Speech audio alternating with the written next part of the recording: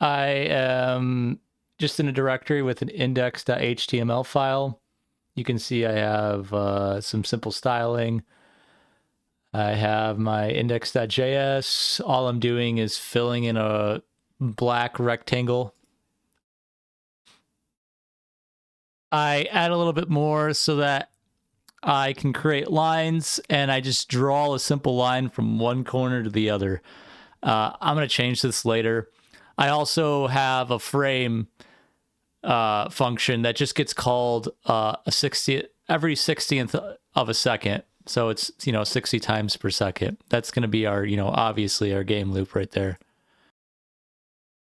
Okay, so in our 3D world, we want everything to be mapped specifically. Like we want our coordinate system to be mapped from on the x-axis -1 to 1. That's the width of the screen is from -1 to 1 from left to right. And then we want from top to bottom it to go from -1 to 1 as well. That'll make things easier in the easier in the future. What we are going to do is we're going to make a very simple 3D cube. So we're going to make two squares. We're going to make a big square and a smaller square. So the big square is closer up and, well, they're the same size square, but one's closer to you and one's further away. But one obviously looks smaller because it's further away. This is what the two squares will look like when they're facing you. And then we're going to have coordinates for each square according to the position of the screen. And it's going to be centered to the screen. So, top left is, -5, -0.5, -0.5, for the top left of the big square, and then 0.5, -0.5 for the top right of the big square, and then 0.5 for the Z, which is Z is coming towards you in a way, and X and Y is, your typical coordinate system, your left, right, up, down on your screen. So yeah, this is what the coordinates for the different positions of our two squares are going to look like. And just so you understand this more, this is basically coordinates for each of these blue points you see here. We call those vertices.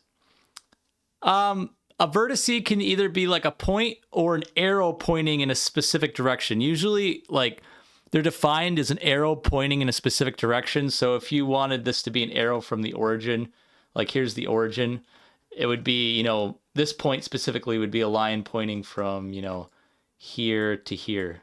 If, that's typically how we think of vertices is either as a point or as a line pointing in a specific direction. In this case, just think of it as a point. Okay. So let's describe how the program is going to draw this cube. It is not going to draw these vertices, these blue points that you see that are numbered. It's not going to draw those vertices.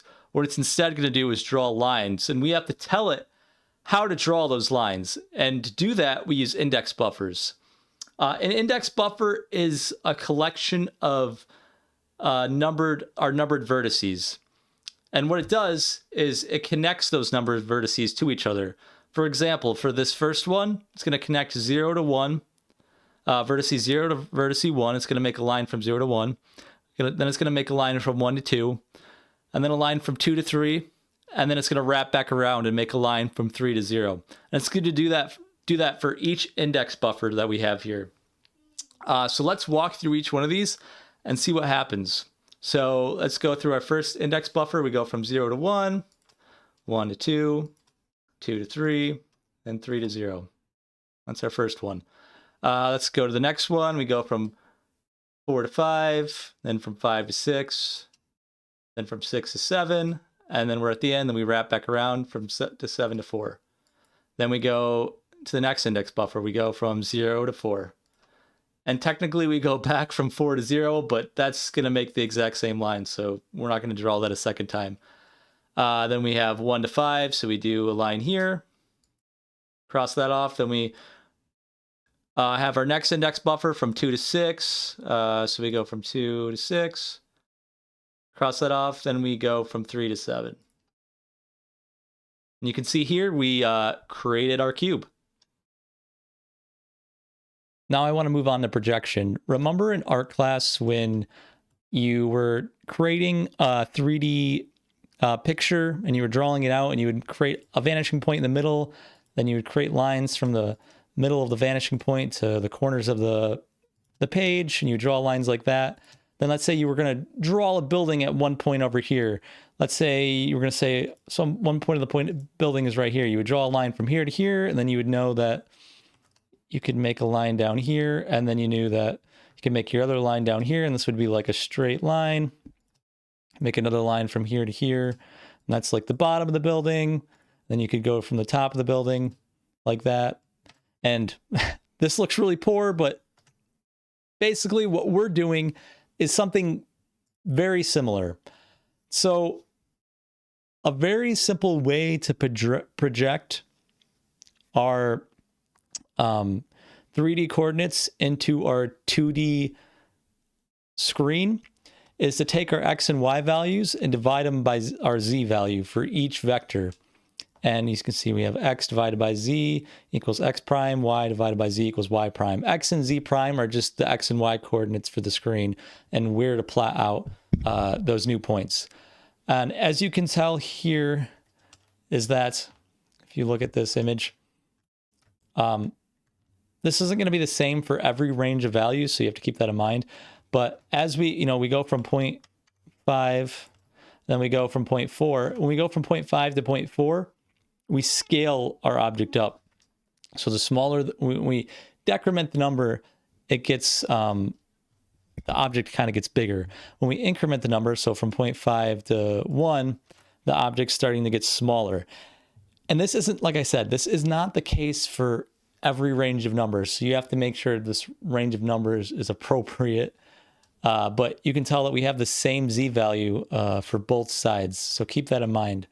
And, we're doing the math to get this is our Z value for our new X and Y value for the left side, and our new X and Y value for the right side, new X and value for the left side for this point, et cetera, et cetera. I created an object above our clear function here with a cube object inside of that. We have our vertices that I showed you earlier for our cube with the front and the back face. Then we have our index buffers, which I showed you earlier as well. Below that, I create our project function, which is just going to take our X, Y, Z coordinates, divide the X and Y by Z, and return just our X and Y prime. Okay, so now we're going to want to take our 800 by 800 canvas and scale it from, left to right, -1 to 1, the top to bottom, -1 to 1. And we can do that when we put in -1 to 1 values of X and Y in here. We can, take it and then make it in the range instead be in the range from -1 to 1 to 0 to 2 right here. Divide that by 2, get it into a range back into 0 to 1, and times it by canvas width. The reason why we do this is so that 0 is in the middle of the screen. And we do something similar for Y, except we invert this part because we want, -1 to be at the top and not the bottom. So that's why we do that.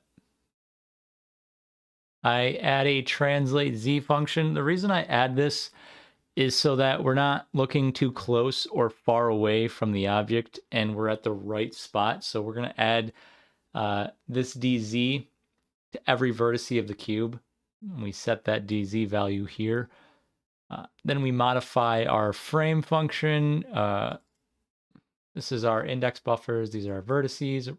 We loop through all of the index buffers. We loop through each element of the index buffers, which I set to be the value of J. And we have our first value of the index buffer, then the next one. So it's going to do the same thing that we showed before, where it connects a line from IDA to IDB. And then once it gets to the end of the index buffer, it's going to connect the line from the end, the last element, to the first element. So that's kind of what's going to happen here. And then we get our vertice for A and B. And then this is our graphics pipeline. We first translate, so we do the translate. So we're looking at the appropriate distance. We project, that's the dividing by z that I showed before. And we put that projection on, map it to the appropriate coordinates for our screen. And we draw our lines for each one there. And guess what? You get a cube. This is kind of boring though, so we're gonna rotate it so it's more interesting. These are the formulas we're gonna use to rotate along different axes of our cube. This is what rotation around the z-axis looks like, along the x-axis, and along the y-axis looks like, just so you have a frame of mind of what this means. I create a onClick event handler, and it's just going to loop through all of these elements, each string. Every time I click, it'll go through each one of those strings. Then at the top here, I create some new variables. You can see that I made these const variables because they weren't before. I add a new text variable, rotation axis variable, and an axis variable. And down below in my clear function, I change that a little bit to where there's now text. So every time I click the text and it detects one of these strings from the rotation axis variable, it'll print out one of these lines. We can see what that looks like here. Every time I click, it says current rotation axis, and it shows me the rotation axis. But it's not doing anything yet, so let's keep working on our code so it actually does something to our cube. Okay, so now here below, you can see I have this rotate function that I added. But every time I click, it'll go through and apply the appropriate formula to each one of the vectors in the cube to get it to rotate on the appropriate axis, whatever. I added these two variables, angle and dt. 1 divided by fps, that's 1/60th of a second, because fps is 60 right now, and this goes 60 times every second. Math.pi times dt. We add that to the angle every time. So every second, we are going a half of a rotation. So yeah, because 2 pi is a full rotation. So there you go. And we add our rotate to our graphics pipeline here. And now, when you look at our final output, every time I click, you get a different axis to rotate on. A little more interesting than just a stationary cube. What we did earlier was really cool, except for the fact we didn't use any matrices. A lot of 3D graphics and 3D graphics programming uses matrices to create new matrices or multiply matrices and transform what we have into something new. If I describe what a matrix is, it's a two-dimensional array of numbers. It can be any size you want. And the operations you apply on those matrices is basically a special kind of math called linear algebra. So I took a screenshot from one of 3 Blue, 1 Brown's linear algebra videos. And if you're not familiar with linear algebra, I suggest watching his videos or finding just a good linear algebra book and walking through that. This is how you multiply 2 matrices. Keep in mind also that these matrices can be any size. I'm not going to go super into detail into this, but if you want to, just look up matrix multiplication on your own. Typically, what I see in matrix multiplication, and when you're trying to transform a matrix, is you usually put the original matrix on the right-hand side, and then you put the matrix you want to transform to that you're multiplying by on the left. These are the matrices we're going to be multiplying by in order to transform our cube into a rotating cube. Keep in mind, when you're multiplying by these matrices, these are called Euler angles. There is definitely a chance you can get gimbal lock. Okay, so I added a get pitch matrix function. The pitch matrix is rotation on the x-axis, so it's spinning like this. I added a function to multiply a matrix and a vector. And down below in our frame, we can see that we changed some things. So we got rid of our rotation part of the graphics pipeline. And first, we're going to multiply, the A and the B, so both points, by our get pitch matrix. And we can see that the original vector is on the right, and then the matrix we're multiplying is on the left to get our new vector. And that should cause some rotation. And if we look at our program, we can see that we definitely are getting a cube rotating on the x-axis. I've also deleted the original rotate function, and I changed the frame function, so now it has this switch statement, so we can switch between the different rotations. So now, when you click, you can go, well, eventually we'll get there. We'll go to the different rotations. So now I added a get yaw matrix, a get roll matrix, and in our frame function, you can see that I added them to the switch here. So now when I look at the program, you can see now every time I click, it rotates around the correct axis. Just for the fun of it, I added an extra thing that we can click through, and I added a case for all in frame. So this is going through all of the rotations at once. And then down here on click, I added all to our list of rotations, and also in clear, I updated that so it can handle the all. So now when we go and look at our program and I click through, you can see this is rotating on all axes. Again, this is all pretty cool what we've done so far, but there's still issues with what we've done. And that is we're dividing by Z. In all reality, most of the time when you want to do a lot of different mathematics with these matrices and other math that you want to do, you're going to want to add a fourth element, which is a W. So you're going to have technically vectors that have 4 elements in them, an X, Y, Z, and W. And you're going to divide by W in order for you to get your projection. And when you divide by W, it's going to be a little different. We're going to use what we're going to call, let me look up here, perspective matrix.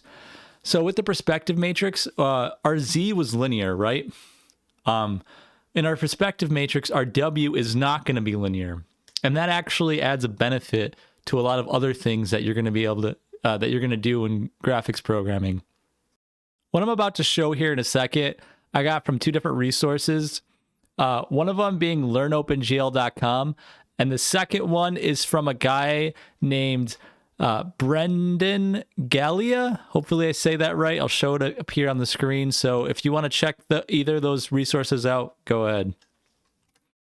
So we can look at the rule of similar triangles, which basically says that if there's 2 triangles that have the same angles, if I take one side and divide, so if I divide AB by A1, B1, then that's going to be the same exact number as taking AC and dividing that by A1 AC. So basically what it's really saying is there's a similar ratio between these 2 triangles. It doesn't matter if one's bigger or smaller. If they have the same angles, they're similar triangles. We can use this rule of similar triangles to find where certain points are in between the near and the far plane. The near plane is the plane that's right in front of you. That's why it's called near plane. The far plane is the plane that's further back. In this space between the near and the far plane is a fructum, which is basically a triangle, or I'm sorry, not a triangle, a pyramid with the very top part cut off. This image shows you how you get a point when you're looking from the side and then when you're looking from the top view. Here's another image that might help you better understand the math behind what's happening. So for this, we're saying this triangle is similar to this one. This is the matrix we're going to use before we project. This is the perspective matrix. So looking back to our code, I added a near and far variable, get perspective matrix right here. I changed some of our matrices so that they're 4x4 instead of 1x1. And then for our Z, I just put a 1 here so that Z will be the same as W. But this is going to happen. This multiplication here, whenever anything gets multiplied by the pitch, the yaw, or the roll, this is going to happen, I believe, before... Yeah, it's before the projection. So initially, before the projection, Z and W are going to be the same. And then I changed our multiply vector so it works with 4x4 matrices as well. So you got pitch, yaw, and our roll matrices are 4x4 now. We got a new multiply matrix vector function. And our project function has also changed. So let's get to that. We can see that we're multiplying our perspective. We're multiplying our vertex that's coming in, multiplying it by the perspective matrix, and then dividing what the perspective matrix, the W value the perspective matrix gave us, all the value X, Y, and Z by the W value the perspective matrix gave us. The thing I want to mention here is I don't think you actually have to divide Z by W, but we are. I just did that because I think that's what you're typically doing. I don't think it's going to make a difference if we don't, but I'm going to leave it because I could definitely be wrong about that. I just don't know. I really don't. Yeah, and then you can see our frame function has had some changes as well. We're adding we changed our project function, so now we're adding the near and far variables. That's, where the near and the far planes are. And when we see our program here, or reload, it doesn't really look much different. Pretty much looks the same. It's just in the future when you're going to want to do more complex math, this is definitely going to help you out. Next, we're going to create the camera for our 3D environment. In order to create this camera, we're going to have an understanding of two different things. One of those things being the look at matrix, and the second thing being spherical coordinates. In the look at matrix, it's going to take 3 vectors. Those 3 vectors are going to be orthonormal. Orthonormal means that all of those vectors are orthogonal, which means that they're all perpendicular to each other. And it also means each of those vectors are a unit length of 1, which you could technically say that they're a unit vector, I suppose. And with this look at matrix, you can also displace it so you can move the camera around and it'll tell us where the camera is looking at. With spherical coordinates, it's kind of how it sounds. It's placing coordinates in a position in a sphere rather than our, typical like XY Cartesian plane. We're just going to use some simple math to convert our Cartesian plane or our spherical coordinates into a Cartesian plane and whatnot. This is what we're going to use for our look at matrix. If you want to look at this real quick, the only difference being we're combining these two matrices together, the look at and the one on the right, where basically moves the camera around, the PX, PY, PZ. Also, instead of D, we're going to use the variable F instead for forward. That just makes more sense to me. Getting back into the code, be prepared. We added a lot. We have some new camera position, yaw, pitch, keys, allow interaction, global variables. We have some helper functions for vector math. Below that, we have a get view matrix. this is the look at matrix, the same thing that you've seen already. And this is the, before in the picture you've seen earlier, this was D, but in this case I used F because that makes more sense to me. So this is F, R, and U. All three of these vectors are orthogonal, meaning they're all perpendicular to each other, and they all have a length of 1, meaning they're which is the definition for being orthonormal. So we get these two, this forward and right vector, and then once we have the forward and right vector, we can do a trick that once we know we have two vectors that are perpendicular to each other, we can use the cross product to find another vector that's perpendicular to those two vectors. And, you can use the right hand rule to figure out where that vector is pointing. Down below, you can see that we're putting our matrix together.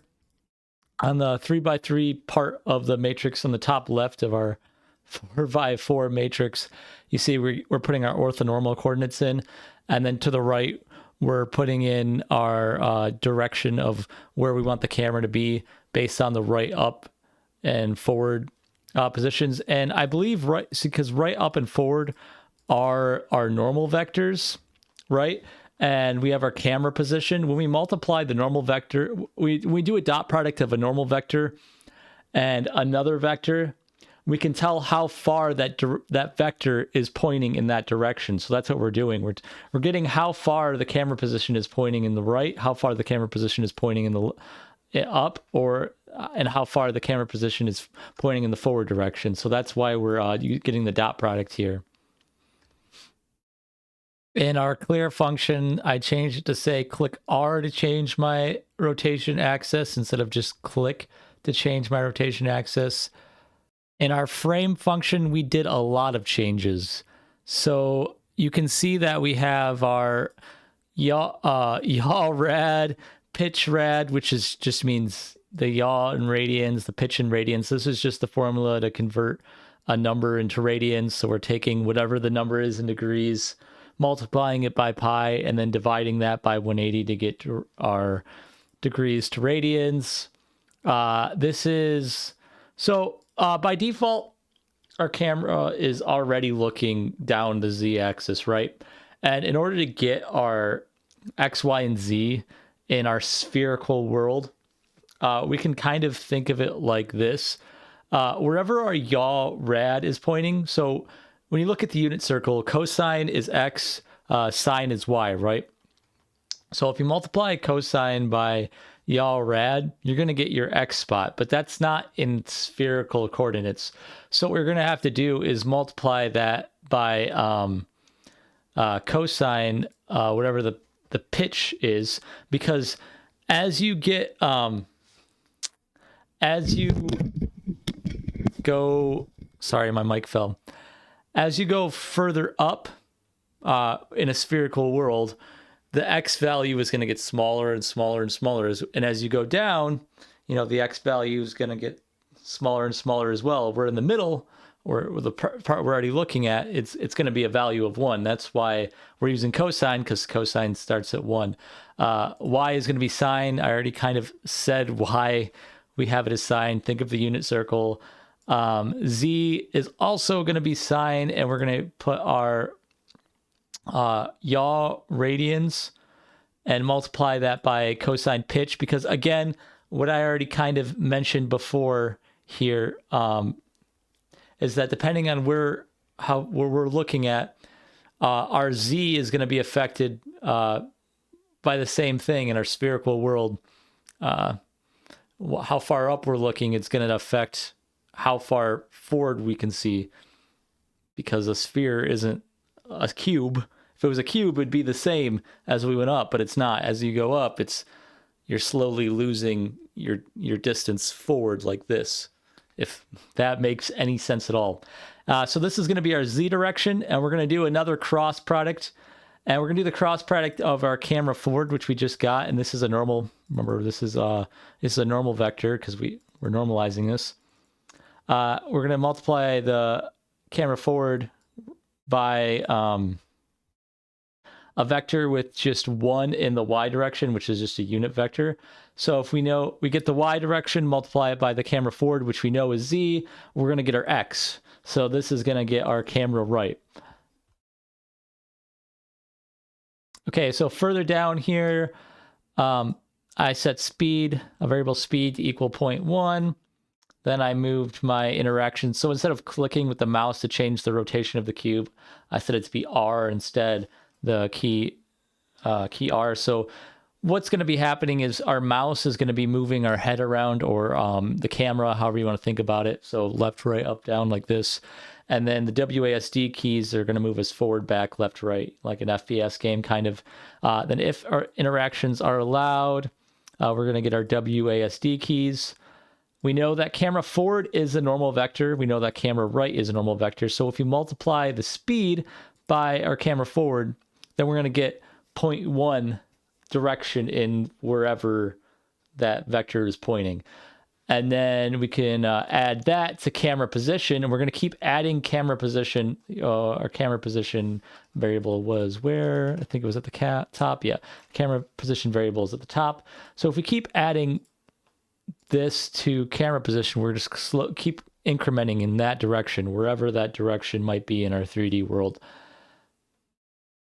So every time we hold down WAS or D, we're incrementing 0.1 to that direction every 1/60th of a second. We make some changes here below that. We get our view matrix. You know, we put in camera position, yaw, and pitch. Further down, you can see that everything's pretty much the same. What you will notice here is that I gotta point this out real quick, is we have this view A and view B right here, which we're multiplying our A by the view matrix and multiplying our B by the view matrix, so we can get in our camera space there. I don't need this console.log. I mean, it doesn't really matter if I do or don't have it. I am making sure that if our line is greater than 0.1, we can see it. If it's less than that, which means it's probably pretty far back behind our near plane, just don't draw that at all. So then we draw our line like normal here. I will point out that if you notice, we don't have our translate Z anymore. It's not really necessary, so I just kind of removed it from this graphics pipeline here. Not really necessary. Further below, you can see that we're getting our event listeners. We're getting our key down and key up event listeners. We're getting our yaw and pitch in degrees. And for this pitch, you can see that we're limiting it to looking down at 89 and up at 89 degrees. I'm not really sure why that is, and I can't tell you if this is exactly why. But AI told me it had something to do with singularity, and that I can throw up right now what a singularity is. And I guess it will break the math if it goes past 90. So, I mean, goes past 89. So there you go. I have my on-click event, which is going to allow or disallow interactions when I click it. Interactions being moving around the camera and moving left, right, forward, back. And it's going to request pointer lock. Pointer lock means your pointer is locked into that canvas and you can't move out of it and you can't see your pointer anymore. So a useful thing to have for a game. So if we bring it up our canvas real quick, we can see that if we press R, we can switch around, rotating in the different axes, and it's a little off because clicking R is sending like multiple R events. I don't really feel like fixing that at the moment, but that's why it's kind of glitches out. So if I click, let's put it on the Z-axis, and I click, now I can, I'm moving around the camera. I'm using WASD to move around. I can look around. I can fly upwards. I can fly back. whatever I want to do, however I want to look at that and look at the cube. If I go too far forward, you can see it eventually stops drawing certain lines. I can get pretty much inside of the cube though, so pretty neat. And there you go. Hopefully you learned something. If not, doesn't matter. If it's just something you enjoyed, good. Yeah. Hopefully in the future, I want to make more content about 3D graphics and 3D programming specifically. But this is just stuff I'm basically putting out the stuff that I'm currently learning. So that's what this video is stuff I just currently learned. It's just a way to help me understand it better if I can teach it. You can tell me, be like, hey, Austin, I don't know if you are saying that thing right or if that thing's incorrect. Go ahead. I don't really care. So yeah, there you go.